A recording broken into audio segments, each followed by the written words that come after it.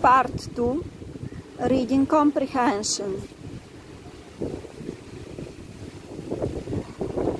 The river up to Sonning Queens, in and out through many islands, and is very lonely.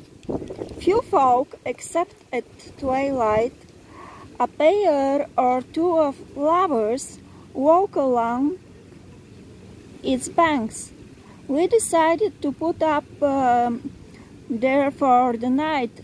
George suggested that with the vegetables and leftovers of the cold beef and general odds and ends, we could make an Irish stew.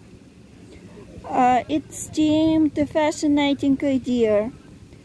George gathered wood and made a fire, and Harris and I started to peel the potatoes.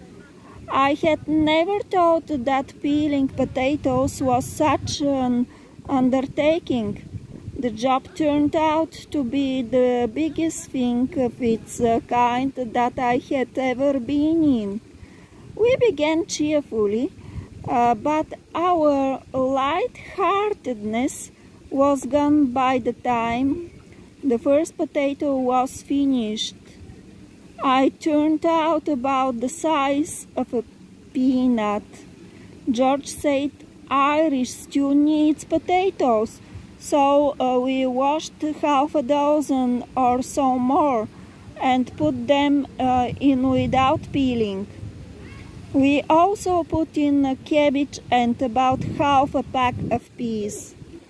George stirred it all up, and then he said that there seemed to be a lot of room to spare, so we picked out all the odds and ends and added them to the stew. I finished out a couple of eggs that were to make a delicious ham and eggs breakfast, which had got cracked, and put those in too. George said they would thicken the gravy. Finally, Montmorency, our dog, who had watched the proceedings throughout, strode away with a thoughtful air, reappearing with a water snake in his mouth, which he evidently wished to present as his contribution to the dinner. We had a discussion as to whether the snake should go in or not. Harry said that he thought it would be all right mixed up with the other things, but George stood up for precedent. He said he had never heard of water snakes in Irish stew, and he would rather be on the safe side and not try experiments.